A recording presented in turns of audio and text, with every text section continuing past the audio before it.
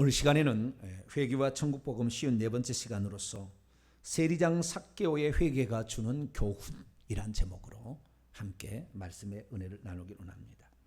오늘도 거룩한 주일을 맞아 주님 앞에 예배로 나온 우리 영상 요원들과 또 온라인으로 예배드리는 모든 성도들을 축복합니다.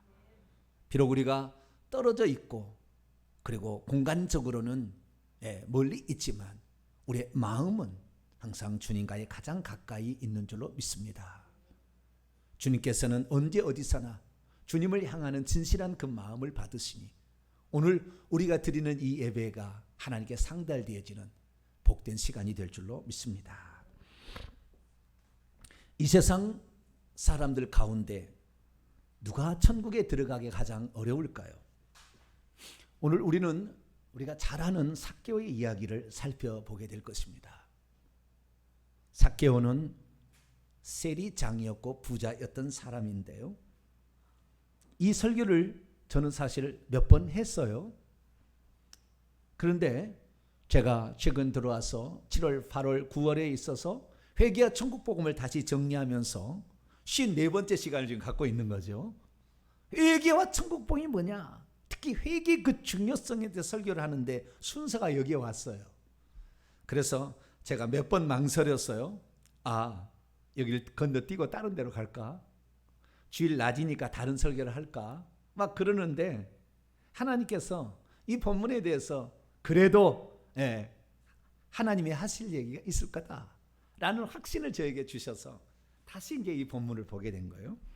그래서 이 본문으로 들어가게 됐는데 오늘은 이 부자에 관한 얘기잖아요. 그래서 부자가 천국 들어가기 어려운데 라는 생각이 들었습니다. 그래서 예수 그리스도께서는 누가 천국에 들어가기 어렵다고 얘기했나를 살펴봤어요. 오늘 그 말씀이 그동안에 들었던 말씀인데요. 아주 하나님께서 주시는 말씀이 있을 거예요. 나중에 정말 주님이 이렇게 말씀하시는구나. 가슴 절절히 깨닫는 순간이 올 거예요. 자, 우선 예수님께서는 어떤 자가 천국에 못 들어간다고 했습니까? 아예 거의 리들 거의 어리들이 아니라 리들 거의 없는 이런 상태의 사람은 외식하는 서기관과 바리새인일 것입니다. 왜냐하면 예수님께서 이렇게 말씀하셨군요. 뱀들아, 독사의 새끼들아, 소생들아, 너희가 어떻게 지옥의 판결을 면하겠느냐? 지옥의 판결을 받게 될 것이다 말씀하셨어요. 그리고 그 마태복음 23장 13절 12절 앞으로 올라가게 되면 화 있으라 너희에게 가면을 쓰고 연기하고 있는 외식하는 서기관과 바리새인들이여, 너희는 사람들 앞에서 하늘들의 왕 천국문을 닫고 있기 때문이로다. 왜냐하면 너희도 들어가고 있지 않고 있으며 들어가고 있는 자들도 들어가는 것을 내버려 두지 않기 때문이다. 이렇게 말씀하기 때문이죠. 겉으로는 선생님이요 랍비요 시장에서 문 안 받는 사람이 경건합니다. 기도 잘하는 사람, 금식하는 사람, 말씀을 잘 알고 있는 사람이지만 속으로는 아주 욕심이 가득 많아서 더럽고 부패하고 냄새나는 사람, 회칠한 무덤과 같은 자들, 이런 자들이 지옥의 1순위다. 주님께서 그렇게 말씀하고 있는 것이죠. 여러분은 겉 다르고 속 다를 것이 아니라 속이 깨끗한 사람이 될 수 있기를 축원합니다. 겉과 속이 같아야 되는 것이죠. 두 번째로 어떤 사람이 천국에 들어가기 어려울까? 그것은 부자들인 것 같아요. 오늘 삭개오도 부자인데요. 부자들은 천국 들어가기가 매우 어렵다라고 예수님께서 직접적으로 말씀하셨기 때문이죠. 아마 이런 어리들 정도 되지 않겠나라는 생각이 듭니다. 이 오늘 본문 말씀 앞쪽에 이 부자 얘기가 계속 나오고 있는 거예요. 앞쪽에 18장에 가면은 한 부자 청년이 나옵니다. 그가 2마리 토끼를 잡으려고 그랬던 모양이에요. 영생도 얻고 부자로도 살고, 그 부자 청년이 그래서 영생을 얻고 싶어서 주님 앞에 나와서 묻습니다. 선한 선생님, 내가 무엇을 하여야 영생을 얻을 수 있사오리까? 주님 말씀하십니다. 네가 영생을 얻으려면 계명들을 지키라. 오 주여, 저는 어려서부터 계명들을 잘 지키고 왔습니다. 그래? 그러면 내가 진짜를 얘기하겠다. 그리고 한 가지 얘기를 했습니다. 아직 너에게는 부족한 것이 한 가지가 있느니라. 그것은 내가 가지고 있는 모든 재물을, 물질을 팔아서 가난한 자들에게 나누어 주는 것이다. 그리하면 하늘에서 너희의 보화가 크게 될 것이다. 그리고 와서 너는 나를 따르라. 이렇게 말씀하셨습니다. 그런데 그는 큰 부자였기 때문에 그 재물의 욕심을 내려놓지 못하고 근심하여 결국에 돌아가고 말았습니다. 그러자 예수님께서 제자들을 향하여 이렇게 말씀하셨습니다.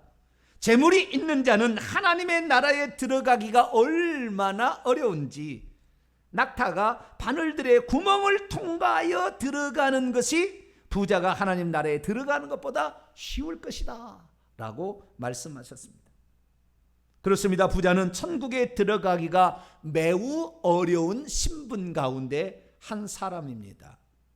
그런데 사람들이 지옥 가기, 이것은 주님이 그러신 거고요. 주님이 뱀들아 독사의 새끼들아 그리고 천국에 들어가기 어려운 부자들아 이렇게 얘기했는데, 사람들은 제1순위로 천국에 못 들어간 사람을 얘기하는 것이 세리와 창녀입니다. 그런데 오늘 세리라는 인물을 가진, 그리고 부자인 인물이, 주님께서도 천국 들어가기 어렵다고 하고 세상 사람들도, 당시 유대인들도 천국 들어가기 어렵다는 이 두 가지의 사실을 가지고 있는 한 인물이 등장하고 있는 것이죠. 부자는 천국에 들어가기가 매우 어려운 신분임에 틀림없습니다. 그런데 오늘 부자임에도 불구하고 천국에 들어가기가 어렵다는 것을 뒤집은 한 사람이 등장하고 있습니다. 오늘의 그 주인공은 여리고성의 세리장 삭개오입니다. 그는 부자였고 또한 세상 사람들로부터 죄인이라고 칭함을 받는 세리였음에도 불구하고 그는 결국에 구원을 받게 되고 아브라함의 자손이라 일컬어짐을 받게 됩니다. 약대가 바늘기로 들어가는 놀라운 일이 벌어지고 만 거예요. 있을 수 없는 일이 사실 벌어지게 된 것입니다. 그래서 오늘 부자였던 이 세리장 삭개오는 어떻게 되어서 그 바늘길을 들어가게 되었는지, 무엇을 통해서 그는 들어갈 수 있었는지, 그 장면을 통하여 우리들도 이 세상의 모든 난관을 뚫고 천국에 들어가는 복된 성도가 되기를 축원합니다. 오늘 본 말씀은 어떤 말씀입니까?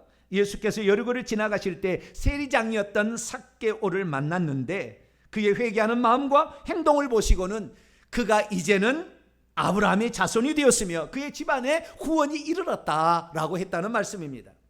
유대인들에게 있어서 가장 죄인 그룹에 속하였던 세리, 이 세리장이 어떻게 되어서 구원 얻는 놀라운 사람이 될 수 있었을까요? 아니, 예수님께서 구원받기가 너무 어렵다고 말했던 부자였던 이 삭개오는 어떻게 되어서 바늘기로 들어가는 축복을 얻게 되었던 것일까요? 오늘 예수님께서 혹시 이 땅에 오셔서 누구를, 너희들은 독사의 새끼들아, 너희들은 지옥의 판결을 면치 못할 것이다, 또한 이 시대를 향하여 너는 천국 가기 어렵다 라고 얘기할 만한 사람이 있다면 오늘날은 어떤 사람일까요? 제가 얘기하는 것이 100% 맞는 얘기는 아니겠지만 저는 생각할 때 정치인들 참 힘들겠다라는 생각이 들어요. 왜냐하면 이 정치하는 분들은 어쩌든지 상대방의 말을 다 가짜뉴스로 만들어야 되고 자기의 주장은 항상 옳다고 이렇게 만들어야 되거든요. 그래야 정치를 해먹을 수가 있잖아요.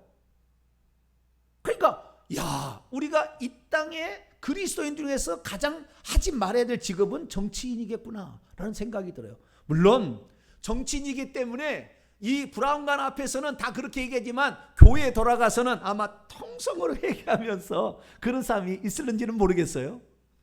그러나 화면상으로 비춰지는 모습을 보게 되면 저렇게 뻔뻔하는 사람들이 있구나, 겉다르고 속다른 사람이 있구나 라는 생각을 해보게 됩니다.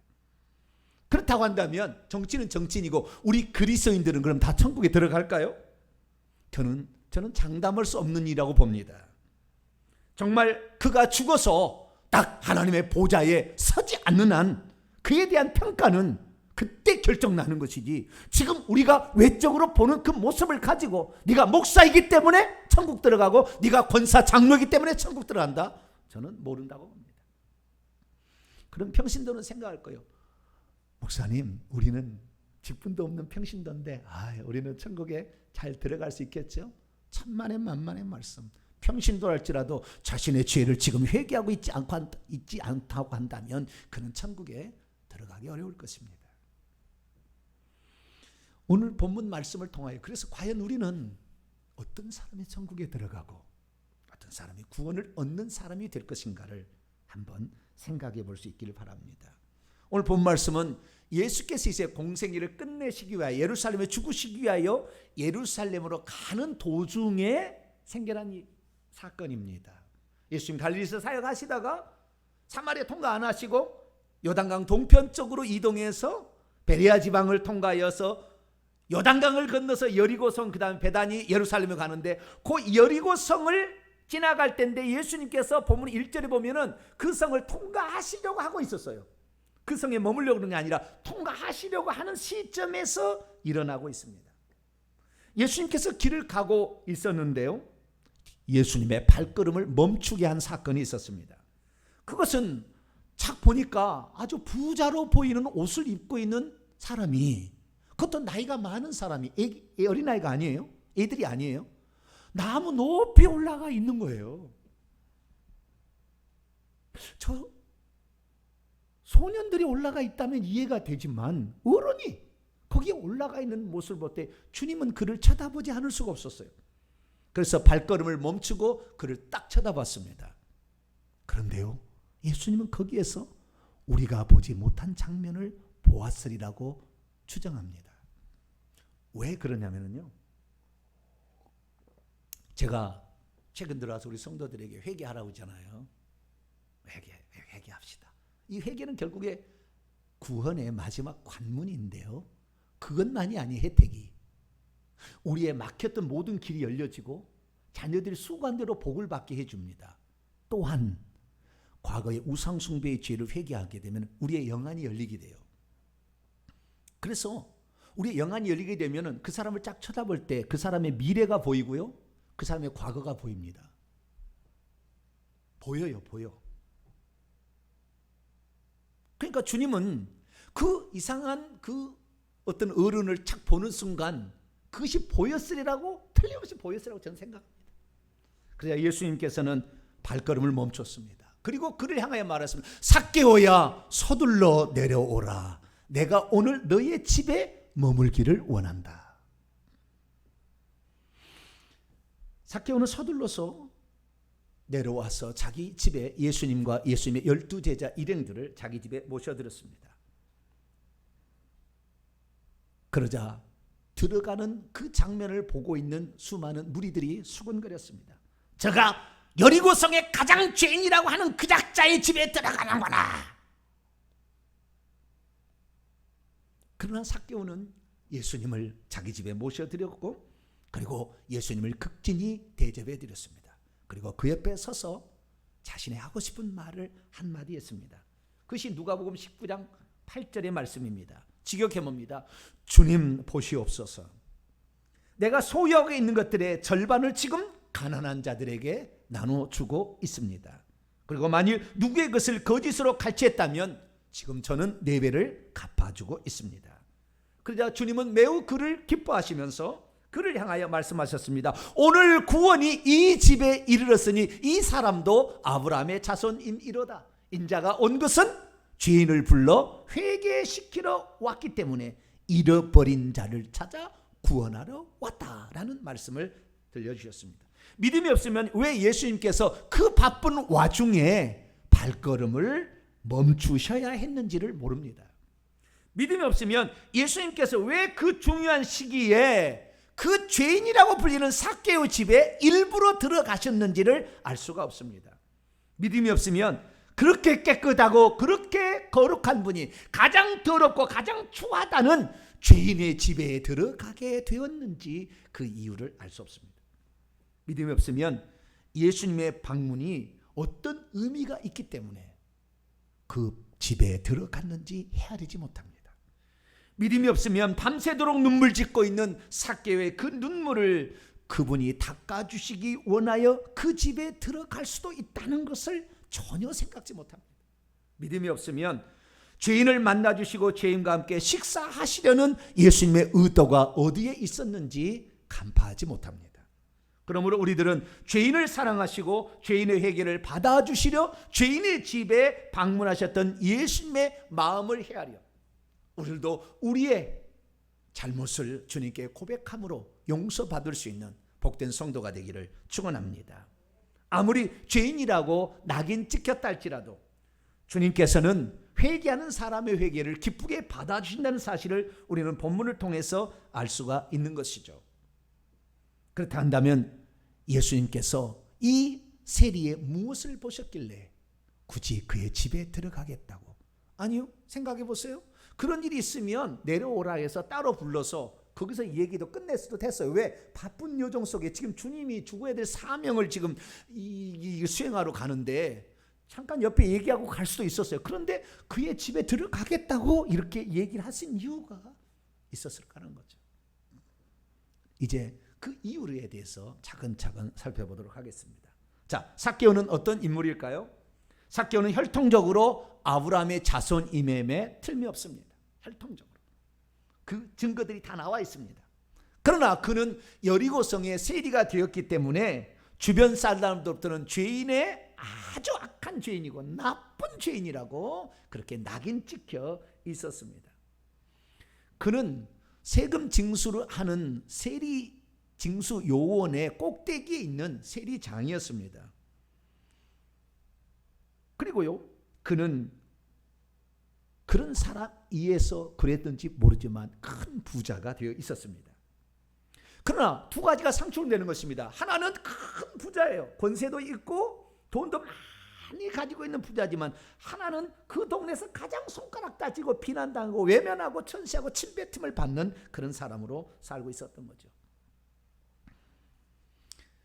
그는 사실 로마에서 부과하는 세금을 걷어서 로마에 바치는 사람이었는데 그는 로마에서 부과하는 것보다 더 많은 세금을 걷어들였든지 아니면 세금을 받은 것의 일부를 착취를 하고 있었던 그룹에 속해 있었습니다.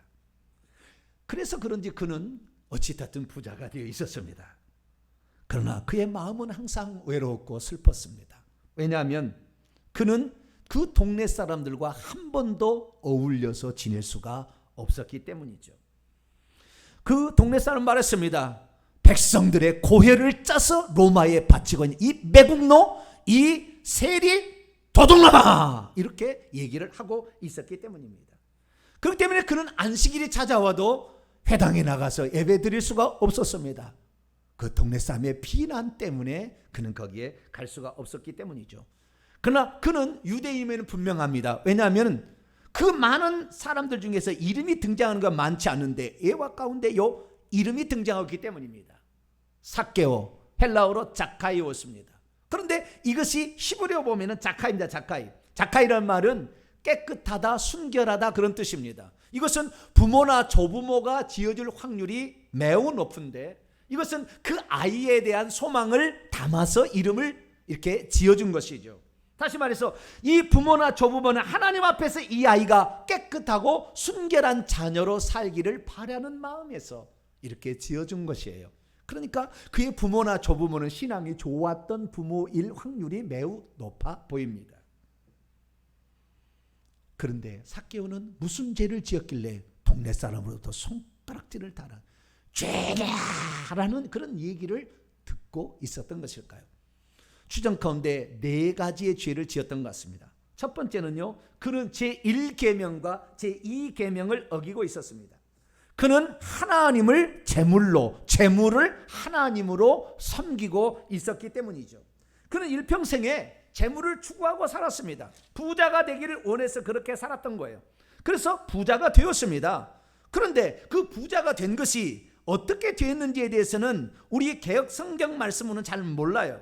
자, 9장 2절 말씀을 한번 봅니다. 그냥 1절 말씀 보면은 삭개오라 이름하는 자가 있는데 세리장이요 또한 부자라. 그러면 우리 성경 말씀으로 그냥 요 개혁 성경으로 보게 되면 삭개오라는 자가 있는데 이 사람이 신분과 직업이 세리요 세리장이요 부자였구나. 뭐 그렇게 그냥 보입니다. 그러나 헬라 원문 성경을 보면 이 사람이 어떻게 되어서 이런 직분이나 신분을 얻게 되었는지가 나와요. 그걸 제가 직역을 해보겠습니다. 지금 이 누가복음을 쓰고 있는 누가가 이렇게 쓰는 거예요. 그런데 보라. 뭔가 볼 것이 있으니까 보라고 그랬겠죠. 그런데 보라. 그랬더니 삭개오라 이름으로 불려지고 있는 한 남자가 있었느니라. 그는 그의 자신은 세리장으로 아직도 있으며 그리고 부유한 자로 아직도 있어 왔느니라. 이 무슨 말입니까? 그가 부자가 된 것은 어쩌다가 사업 한번 잘해가지고 부자 된 것이 아니라, 어쩌다가 세리가 돼가지고 세리 된 것이 아니라, 세리가 되기 위해서 의도적으로 노력을 해서 피나는 노력 가운데 세리가 되었고 세리장까지 올라가서 오랜 기간 동안 그 위치에 있어 왔으며, 그리고 부자가 되기 위해서 몸부림을 쳐왔다는 것이 직설법 미완료 능동태 구문을 통하여 우리에게 들려주고 있는 것이죠. 그는 돈을 벌고 싶었던 것 같아요. 부자가 되고 싶었던 것 같아요. 왜 그랬을까? 보통 자기 아버지가 가난하게 살면 자식은 부자가 되고 싶어 합니다. 아마 부모님이나 그 가문이 가난했던 것 같아요. 가난의 서름을 한번 내가 떨쳐버리라 생각하고 가장 돈을 많이 벌 수 있는 직업을 그는 선택했던 것 같아요. 그래서 그는 돈을 추구하고 살았고 결국에 그 돈방석에 올라있는 자로 현재도 있다라고 말씀하고 있는 것이죠. 그렇기 때문에 그는 재물을 하나님으로, 재물을 우상으로 섬긴 1계명과 2계명을 어기고 있었습니다. 뿐만 아니라 두 번째로 그는 3계명과 4계명도 어기고 있었습니다. 그는 하나님의 이름을 먹칠하는 유대인 직업군에 속해 있었고, 또한 안식일이 되어도 회당에 갈 수 없었기 때문에 안식일을 지키지 못하고 있는 사람이었기 때문이죠. 뿐만 아니라 그는 또한 세 번째, 그는 8계명도 어기고 있었습니다. 도둑질하지 말라라는 계명을 어기고 있었다. 백성들의 세금을 더 많이 걷거나 아니면 그 일부를 도둑질해서 갈취하고 있는 직업군에 속해 있기 때문입니다. 굳이 하나의 죄를 더 추가한다고 한다면 아마 10번째 계명도 속할지 몰라요. 왜냐하면 10번째 계명은 탐욕이거든요. 계속해서 그것을 추구하려는 욕망. 그렇기 때문에 이 10번째 계명 이것까지도 아마 죄를 지었기 때문에 그는 10계명의 죄를 봐서는 씻을 수 없는, 용서받을 수 없는 죄인이요, 절대 아브라함의 자손이 될 수 없는 그런 사람이었습니다. 그런데 그가 예수님을 만나길 원했습니다. 왜 그런 예수님을 그렇게 만나기 원했을까요? 사실 예수님께서 그를 만나 주실 수 있는 상황은 아니었을 것입니다. 예수님도 바빴습니다. 지금 죽기 위해서 오직 그 하나의 목적을 향해 이 땅에 왔는데 그것을 완성하기 위해서 지금 가고 있었기 때문이죠. 그런데 예수님은 삭개오를 보시더니 발걸음을 멈추셨습니다. 그리고 위를 쳐다보셨습니다. 상당히 높이 올라가 있었어요. 위를 쳐다보셨어요. 그리고 삭개오야 내려오라. 오늘 내가 너의 집에 들어갈 필요가 있다. 아니 길거리에서 말씀하셔도 될 텐데 왜 예수님은 그의 집에 가시겠다고 그렇게 말씀하신 것일까요? 한마디로 예수님은 삭개오의 마음을 보셨어요. 삭개오는 사실 다시 시작하고 싶은 마음을 갖고 있었어요.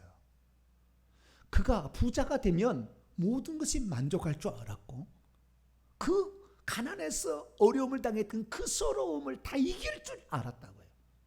그래서 그 어려운 난관을 뚫고 세리가 되었고 세리장이 되었으며 엄청난 부자, 집안의 모든 하인들도 많이 부리고 사는, 그가 결혼을 했는지 안 했는지는 나와 있지 않아요.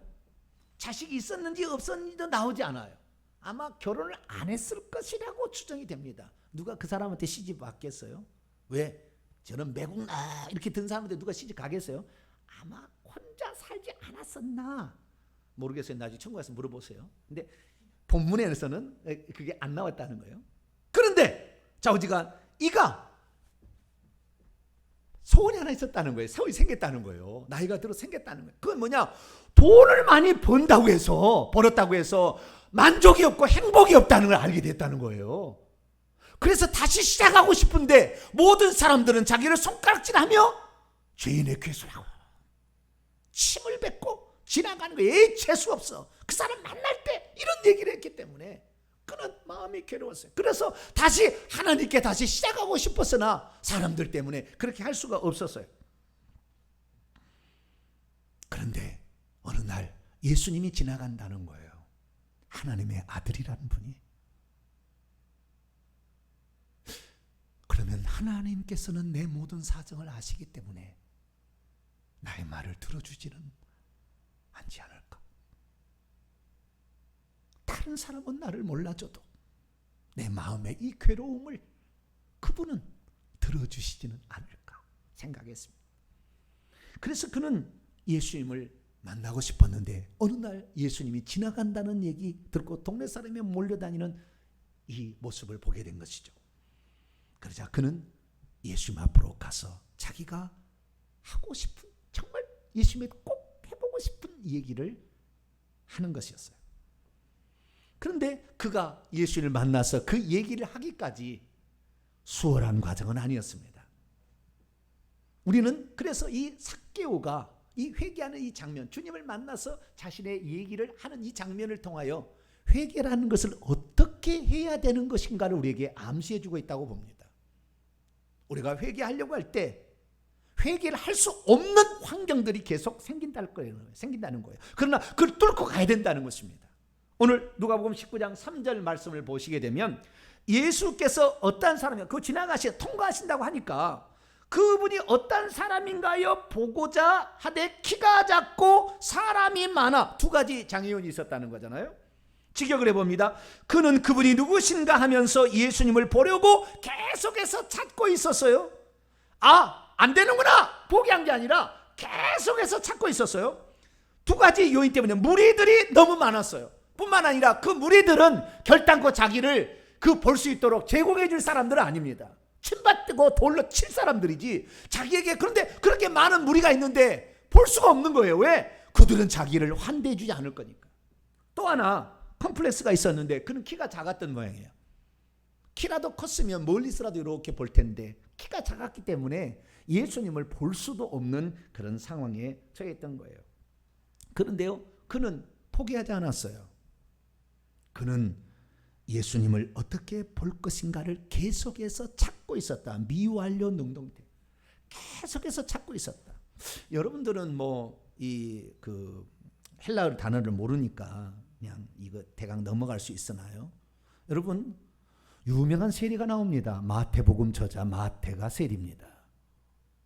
세리가 어떤 사람인 줄 아셔야 돼요. 세리는 계산에 아주 밝은, 숫자에 아주 밝은 사람입니다.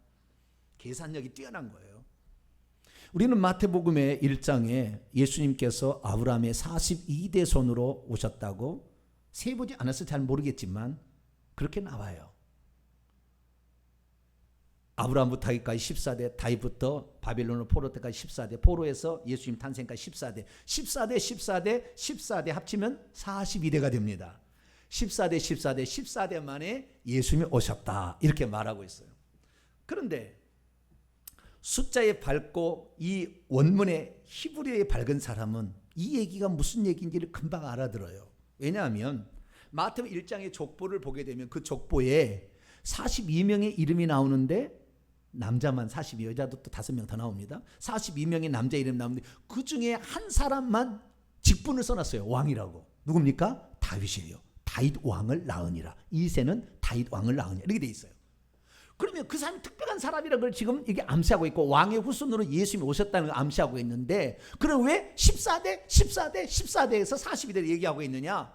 다윗이라는 말은 히브리어인데 히브리어는 모든 알파벳 숫자가 매겨져 있어요. 그래서 다비드라는 것을 이 히브리어를 숫자로 매기면 14가 나옵니다. 그래서 14가 3번, 이 세리만이 쓸 수 있는 언어로 쓴 거예요. 그러나 우리 같은 사람은 그런 모양, 세보도 안 왔으니까 그런 모양이다.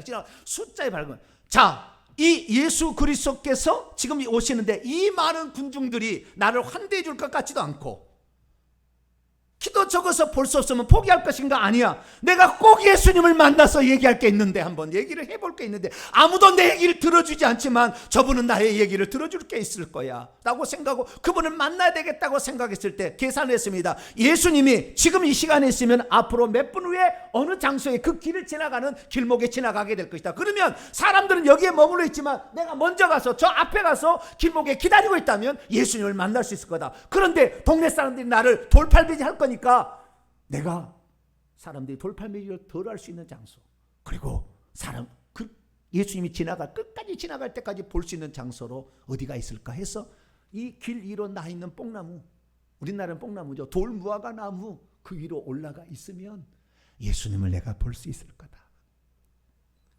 그래서 그는 포기하지 아니하고 그 뽕나무 위로 올라갔습니다.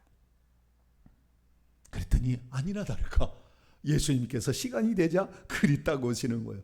지나갈 수 있는데 예수님께서 자기를 딱 쳐다보셨습니다. 쳐다보셨다고 아예 원문에 나와요.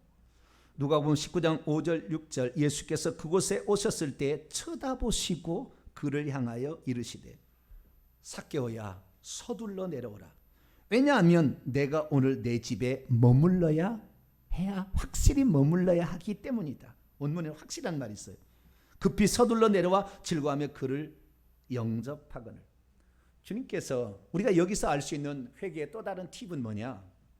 우리가 회개를 하게 될 때에, 우리가 회개를 해야 되겠다는 마음을 품을 때 하나님이 어떤 살짝 우리에게 응답하시는 노크가 있어요. 그때 그것을 붙잡아야 한다는 것입니다.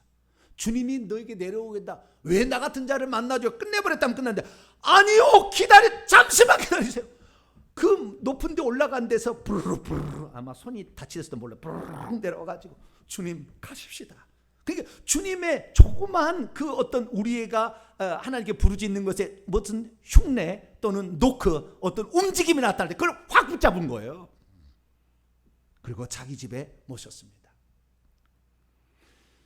주님은 왜 그러면은 길 위에서 그에게 따로 얘기할 수 있었는데도 불구하고 왜 그의 집에 들어가겠다고 그 와중에 얘기한 것일까요?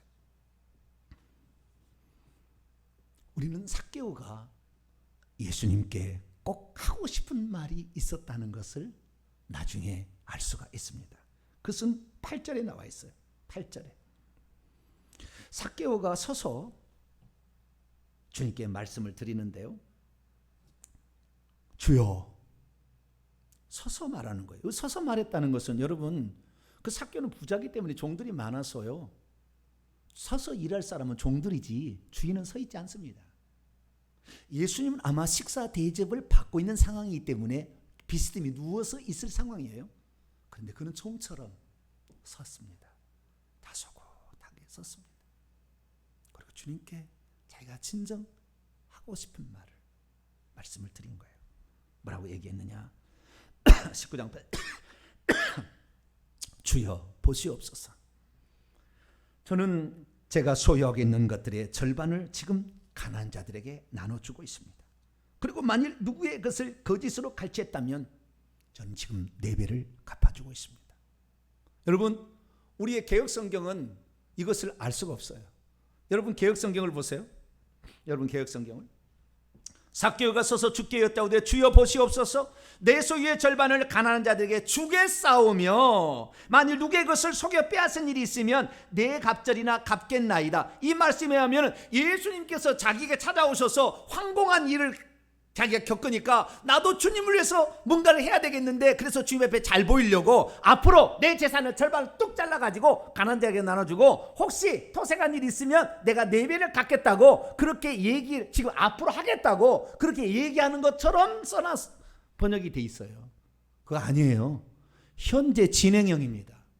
지금 이렇게 이미 하고 있습니다.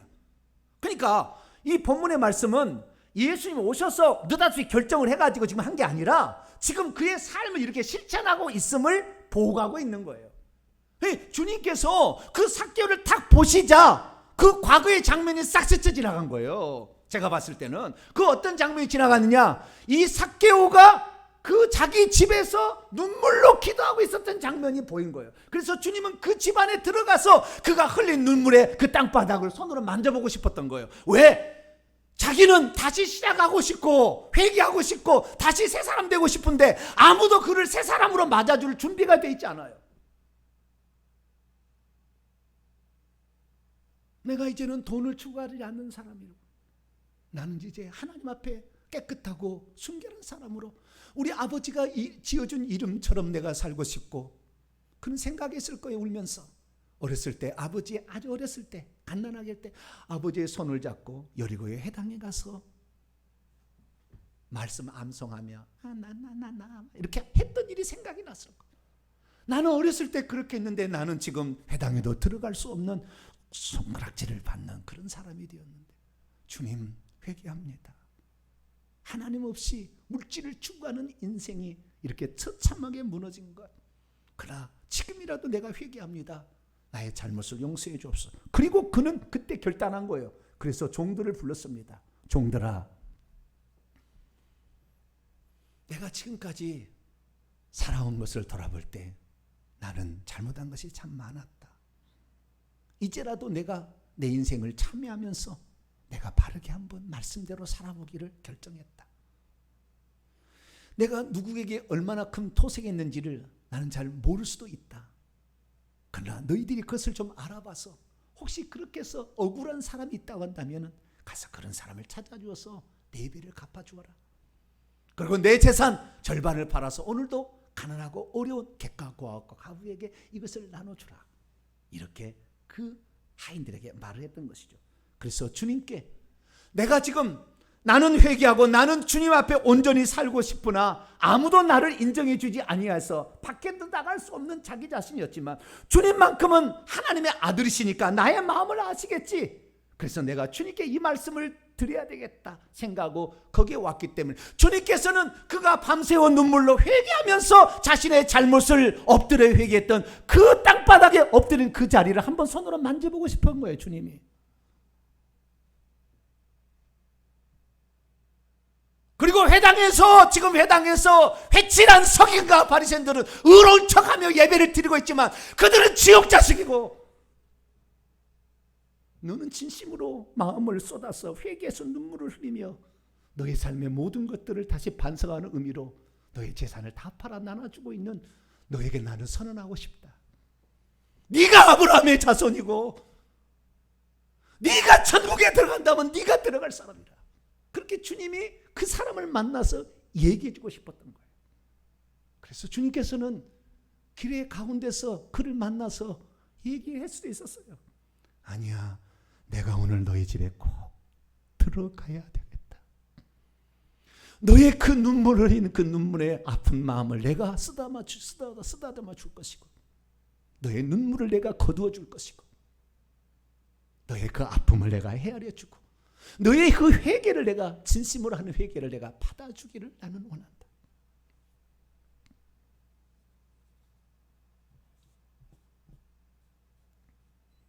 아무도 너를 알아주지 아니하고 너가 새롭게 시작하기를 원하나 그 새롭게 시작하기를 남들은 너에게 손깍지를 알아주지 않지만 나는 너를 알고 있으니 네가 바로 아브라함의 자손이고 네가 하는 모든 행위를 알고 있는 네의 종들까지도 이 집안 너에게 구원이 이르렀느냐 얘기하지 않았어요. 이 집 안에 이 집안에 있는 모든 가족들이 다 그 마음을 알았던 이 그 종들이요, 그 주인이 그 밤새도록 차지 아니하고 그 눈물 흘린 장면을 봤던 거죠. 그러니까 이 집에 오늘 구원이 이르렀다라고 주님이 선포해 주신 줄로 믿습니다. 오늘날에 교회를 갈 수 어려운 상황이 지금 돼버렸어요. 코로나 때문에 집에서 예배를 드려야 되는 상황이 될 수밖에 없어요. 오늘날 예수 믿는 사람은 손가락질 당합니다. 이 나쁜 사람들이라고. 그러나 우리가 예배를 드리지, 이 예배를 이 성전에 와서 예배를 못 드려도 우리가 우리 집에서, 거실에서, 우리의 직장에서라도 주님, 이런 상황에 내가 감히 밖에 나갈 수 없지만 주 앞에 진실함으로 내가 회개하며 내가 삶으로 이제는 내 회개했다는 것을 나는 이렇게 실천하며 살겠습니다 라고 그렇게 한다면 하나님께서는 그 사람이 아브라함의 자손이라, 이 집안에 구원이 이르렀다 선언하여 주실 줄로 믿습니다. 주님은 우리의 진실한 마음과 회개와 그리고 그 삶 속에서 그렇게 살려고 몸부림치는 그 모습을 다 지켜보고 있는 것이죠. 그래서 주님께서는 이 여리고성을 지나가려 하시다가 길을 멈추셨습니다. 지나칠 수가 없었어요. 왜? 그를 보자마자 그가 과거했던 것이 보였기 때문이라고 믿습니다. 그래서 주님은 숙박을 거기에서 안 하려 했으나 계획을 바꾸시고 그 집 안에 들어가셨습니다. 그 집에 묵으식으로 결정한 것이죠. 그리고 서서 종처럼 말하는 삭개오의 모습을 보고 네가 하늘나라에 들어갈 수 있다라고 말해줬습니다. 행함이 없는 믿음이 죽은 믿음이듯이 우리의 삶에 실천이 없이 서기관과 바리새처럼 입술만 나불나불 거리는 것, 회개는 회개가 아닌 것이에요. 삭개오는 이미 삶 속에서 실천하고 있었던 것이죠. 우리들도 이제 내가 그리스도이나 말만 하지 말고 삶 속에서 실천함으로 그 집의 종들이 다 알고 나중에는 이 사실이 다 퍼져지게 되면 동네 사람이 와서 우리가 당신에게 죄송합니다, 몰랐습니다, 그때는 모르고 그랬습니다, 당신이 이렇게 달라진 줄 몰랐습니다, 그렇게 될 수 있도록 우리 자신을 이제부터 실천적인 회개로 갖고 가는 저와 여러분이 되시기를 간절히 바랍니다. 거룩하신 하나님, 주님은 다 아시고 있었습니다. 우리의 눈물 짓는 모습 아무도 알아주지 않아도 주님 앞에 진실함으로 회개하고 다시 새롭게 살려고 몸부림치는 우리의 모습을 하나님은 보시고 있었습니다. 주님 감사합니다. 그래서 일부러 오셔서 삭개오에게 네가 아브라함의 자손이요 이 집에 구원이 일어났다 선언해 주신 줄로 믿습니다. 고난 때문에, 기독교인이라는 이름 때문에 많은 어려움과 서러움이 우리에게 있지만 우리의 진실한 모습으로 회개하고 나가면 언젠가 세상 사람들도 알아줄 날이 있을 텐데 그때까지 오늘도 묵묵히 이 길을 걸어갈 수 있는 우리 모두가 되게 해 주옵소서. 우리 주 예수 그리스도의 이름으로 기도하옵나이다. 아멘.